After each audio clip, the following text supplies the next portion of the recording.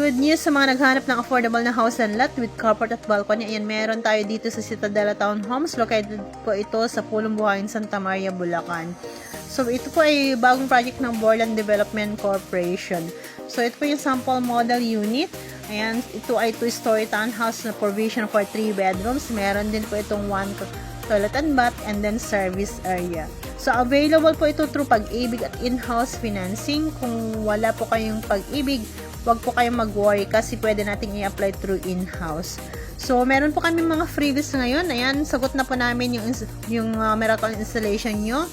Wala din po kaming move-in fee at walang hidden charge. At very accessible din po ito mga kabahay kasi one bus ride lang po ito going Metro Manila.